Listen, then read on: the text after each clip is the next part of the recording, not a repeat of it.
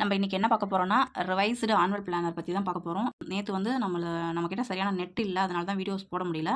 இப்போ பாருங்கள், இன்றைக்கி வந்து நம்ம வந்து மெயினாக என்ன பார்க்க போகிறோம்னா குரூப் 1, குரூப் 2, குரூப் 4 இது எல்லாத்தையும் பற்றியும் பார்க்க போகிறோம். குரூப் 4 பற்றி தெரியும், 6244 வேகன்சி, நல்லா படிச்சுட்டு இருப்பீங்க. எக்ஸாம் வந்து ஜூன், அதோட நீங்கள் வந்து கண்டினியூஸாக படிச்சுக்கிட்டே இருக்கணும். அதோட 9ஆம் தேதியோட நம்மளோட எக்ஸாம் படிப்பு வந்து ஸ்டாப் ஆயிடுச்சுன்னு நினைக்கக்கூடாது. அதுக்கடுத்து குரூப் 2 இருக்குது, அடுத்து குரூப் 1 இருக்குது. குரூப் 1க்கு அப்ளை பண்ணாதவங்க அப்ளை பண்ணுங்கள். 27 லாஸ்ட் டேட், இப்போ கம்மிங் இன்னும் 2 டேஸ் தான் இருக்குது. அதுக்கப்புறம் குரூப் 1 அண்ட் சி, இது வந்து சில குவாலிஃபிகேஷன், அதாவது இந்த அறநிலைத்துறைனா அதுக்கான குவாலிஃபிகேஷன். அதுக்கப்புறம் பார்த்திங்கன்னா வட்டார கல்வி அலுவலகர் டிஇஓ அப்படின்னா அதுக்கு சில குவாலிஃபிகேஷன், பிஎட்லாம் முடிச்சிருக்கணும். இந்த மாதிரி இருக்கவங்க மட்டும்தான் அப்ளை பண்ண முடியும். இப்போ நம்ம காமனாக உள்ளது என்னென்னு பார்த்தீங்கன்னா குரூப் 2, குரூப் 4 இது காமனாக உள்ளது. குரூப் 1 பார்த்தீங்கன்னா காமனாக ஒரு டிகிரி முடிச்சிருந்தா எழுதலாம். இந்த மாதிரி உள்ளதுக்கெலாம் என்ன வந்து எப்படி எக்ஸாம் மாறி இருக்குது அப்படிங்கிறத பார்க்கலாம் வாங்க. இந்த மாதிரி இது வந்து போன டைமே இருந்திருந்தால் நிறைய பேர் வந்து பாஸ் பண்ணியிருக்க வாய்ப்பு இருக்குது. ஆனால் அது மெயின்ஸு அது இதுன்னு கொண்டு போய் பல பிரச்சனைகளை உண்டு பண்ணிட்டாங்க. சரி வாங்க பார்க்கலாம். குரூப் 2, குரூப் 2 ஏ பற்றி மெயினாக ஃபஸ்ட்டு இதை பார்த்துடலாம். பார்த்திங்கன்னா 2030 வேக்கன்சி கொடுத்துருக்காங்க. நமக்கு வந்து ஜூன் வந்து 9 குரூப் 4 எழுதுவோம். எழுதி முடிச்சோன்னா பார்த்திங்கன்னா அடுத்து அந்த மந்த்லேயே உங்களுக்கு வந்து நோட்டிஃபிகேஷன் வந்துடும். நோட்டிஃபிகேஷன் வந்த உடனே பார்த்திங்கன்னா உங்களுக்கு செப்டம்பர் 28 எக்ஸாம் சொல்லியிருக்காங்க.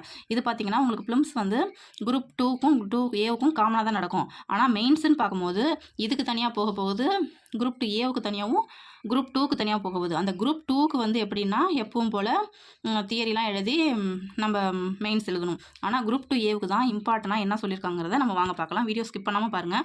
சப்ஸ்கிரைப் பண்ணாதவங்க சப்ஸ்கிரைப் பண்ணுங்கள். நமக்கு தமிழில் வந்து லெசன் வைஸ் அல்லது ஒரு 2-3 லெசன் சேர்த்து டெஸ்ட் கொடுக்கலாமா என்னங்கிறத கமெண்ட் பண்ணுங்கள், ஓகேங்களா? அதே மாதிரி போன குரூப் 2ல் எத்தனை மார்க்கில் உங்களுக்கு போணுச்சு, குரூப் 1ல் எத்தனை மார்க்கில் போணுச்சு, குரூப் 4ல் எத்தனை மார்க்கில் போணுச்சு அப்படிங்கிறத கமெண்ட் பண்ணுங்கள்.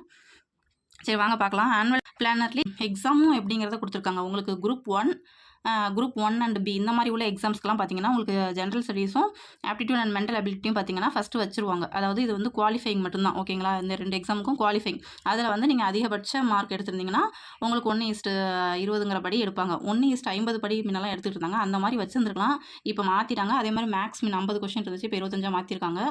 நான் வந்து 2019 வந்து குரூப் 1 பாஸ் பண்ணும்போது ரொம்ப ஹாப்பியாகவும் இருந்துச்சு. அதுக்கப்புறம் அந்த எக்ஸாம்ஸ் எழுத முடியல. ஸோ நீங்களாம் இப்போ வந்து ஏஜ் இருக்கும் போதே எழுதிக்கிங்க.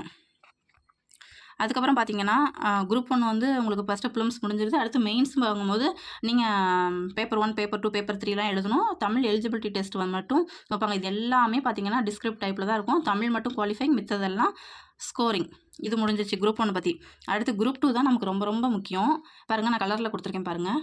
குரூப் 2, குரூப் 2ஏ இது ரெண்டுமே பார்த்தீங்கன்னா உங்களுக்கு ஜென்ரல் ஸ்டடீஸு, ஆப்டிடியூடு, லாங்குவேஜ் இது எல்லாமே உங்களுக்கு அப்ஜெக்டிவ் டைப்லேயும் இருக்கும். குவாலிஃபைங் நீங்கள் தமிழ் எலிஜிபிலிட்டி டெஸ்ட்டுன்னு நினச்சிக்கக்கூடாது. நல்லா பாருங்கள், இதுவும் மார்க்கு தான். இப்போ நீங்கள் குரூப் 4க்கு எப்படி தமிழுக்கு இம்பார்ட்டன்ட் கொடுத்து படிக்கிறீங்களோ அதே மாதிரி தான் குரூப் 2க்கும் படிக்கணும். இது ரொம்ப ரொம்ப இம்பார்ட்டன்ட். நீங்கள் வந்து எலிஜிபிலிட்டின்னு நினச்சிக்கக்கூடாது, ஓகேங்களா? இது எல்லாத்துலேயுமே நம்ம வந்து ஸ்கோர் அதிகம் பண்ணியிருக்கணும்.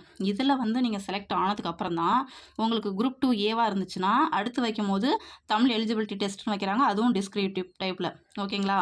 அது வந்து குவாலிஃபைங்க்கு மட்டும். மீதி வைக்கிற general studies, reasoning and general intelligence, language அதெல்லாம் வந்து உங்களுக்கு பார்த்தீங்கன்னா அதுவும் அப்ஜெக்டிவ் டைப்பில் மாற்றிருக்காங்க. இது ரொம்ப ரொம்ப பெரிய ஒரு மாற்றம்.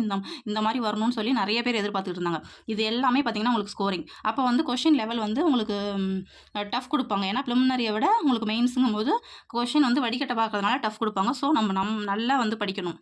அதுவே உங்களுக்கு குரூப் 2 அப்படிங்கும் போது நார்மலாக மெயின்ஸ் எப்படியோ தமிழ் எலிஜிபிலிட்டி டெஸ்ட் வச்சுட்டு உங்களுக்கு ஜென்ரல் ஸ்டடீஸ் வந்து டிஸ்கிரிப்ட் டைப்பில் வச்சு ஸ்கோரிங் மார்க் எடுப்பாங்க. நீங்கள் இப்போ எல்லாருமே என்ன பண்ணுவாங்க, கான்சன்ட்ரேஷன் ஃபுல்லாக இங்கே தான் வரும், குரூப் 2ஏக்கு தான் வரும். ஏன் நம்ம வந்து தியரியாக எழுதி போகணும், நம்ம அப்ஜெக்டிவ் டைப்பில் நல்லா ஃபோக்கஸ் பண்ணி போயிடலாம்னு நினைப்பாங்க. நீங்கள் ஃபஸ்ட்டு இப்போ படிச்சுட்டு இருக்கவங்க என்ன பண்ணணும்னா குரூப் 4 நல்லா படிக்கணும். சப்போஸ் அதில் உங்களுக்கு மார்க் நல்லா எடுக்க முடியல, ஏன்னா எல்லாமே சொல்ல முடியாது. நம்ம எக்ஸாம் ஹால்லேருந்து வெளில வந்து ஆன்சர்க்கெல்லாம் செக் பண்ணால் தான் நம்ம என்ன எழுதியிருக்கோம் எப்படிங்கிறது தெரியும். நல்லா குரூப் 4 பாஸ் பண்ணுற அளவுக்கு படிக்கணும். அது இல்லை அப்படின்னா நீங்கள் அடுத்து குரூப் 2ஏவில் ஃபோக்கஸ் பண்ணணும். அப்படி இல்லாட்டி நீங்கள் ப்ளிம்ஸில் வந்து மெயின்ஸ் லெவலுக்கு பாஸ் பண்ணிட்டீங்க அப்படின்னா மெயின்ஸ்க்கு எப்படிலாம் படிக்கலாம் அப்படிங்கிறத நீங்கள் தான் முடிவு பண்ணணும், ஓகேங்களா? இவ்வளோ தான் வந்து மெயினான விஷயம். இதுக்கப்புறம் உள்ளதெல்லாம் மற்ற ஒவ்வொரு எக்ஸாம்ஸ் இருக்கும்ல, டெக்னிக்கல், சில குறிப்பிட்ட போஸ்ட் கிராஜுவேட் படித்தவங்களுக்கு இதுக்கெல்லாம் என்னென்ன மாதிரி எக்ஸாம் அந்த மாதிரிலாம் கொடுத்துருக்காங்க உங்களுக்கு. அது டிஸ்கிரிப்டிவ் டைப்பா, அப்ஜெக்டிவ் டைப்பா அப்படின்னு சொல்லி நீங்கள் வெப்சைட்டில் போய் டவுன்லோட் பண்ணி பார்க்கலாம். அதுக்கப்புறம் அது வந்து ஒவ்வொரு போஸ்டிங்கும் கொடுத்து இது வந்து எந்த லெவலில் வரும், குரூப் 2வில் வருமா, 3யில் வருமா, 2ஏவில் வருமா, அந்த மாதிரி கொடுத்துருக்காங்க, ஓகேங்களா? இந்த மாதிரி அதாவது டிபார்ட்மெண்ட் நேம் கொடுத்துருக்காங்க. இதெல்லாம் நீங்கள் வந்து கொஞ்சம் பொறுமையாக பார்க்கணும் அப்படின்னா டவுன்லோட் பண்ணி பார்த்துக்குங்க. இதில் வந்து ஒவ்வொரு டிபார்ட்மெண்ட் இந்த போஸ்டிங் அப்படின்னா இந்த கேட்டகரியில் வருது, இதுக்கு போஸ்ட் கிராஜுவேட் படிச்சிருக்கணும், எக்ஸாமினேஷன் லெவல் எப்படி இருக்கும், இன்டர்வியூ இல்லையா அப்படிங்கிறதெல்லாம் இதில் கொடுத்துருக்காங்க. ஓகே, நம்ம வீடியோ ரொம்ப லென்த்தாக கொண்டு போக வேணாம். வீடியோ பார்த்ததுக்கு நன்றி. நீங்கள் வந்து நமக்கு தமிழ் டெஸ்ட் பேட்ச் போடணுமா என்னங்கிறத கமெண்ட் பண்ணுங்கள்.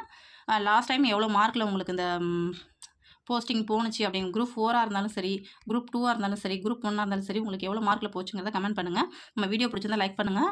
நம்ம அடுத்து என்ன மாதிரி கொஷின்ஸ் கொடுக்கலாங்கிறத நீங்கள் வந்து கமெண்ட்டில் சொல்லுங்கள். நம்ம வந்து already TNPSC previous year question சொல்லி புக் ப்ரூஃபோட கொடுத்துருப்போம். புக் ப்ரூஃப் அப்படின்னா ஒரு கொஸ்டின் இருக்குது, அதுக்கு இந்த பேஜில் தான் அந்த ஆன்சர் இருக்குன்னு சொல்லிட்டு போகிறது கிடையாது. அதுக்கு பக்கத்துலேயும் அடுத்து என்ன மாதிரிலாம் கேட்கலாம் அப்படிங்கிற மாதிரி தான் நம்ம போட்டிருக்கோம். நீங்கள் போய் பாருங்கள். நீங்கள் எவ்வளோக்கு எவ்வளோ சப்போர்ட் பண்ணுறீங்களோ அதுக்கடுத்து நம்ம அடுத்தடுத்த வீடியோ கொடுக்க நமக்கு ஒரு என்கரேஜாக இருக்கும். Thank you all.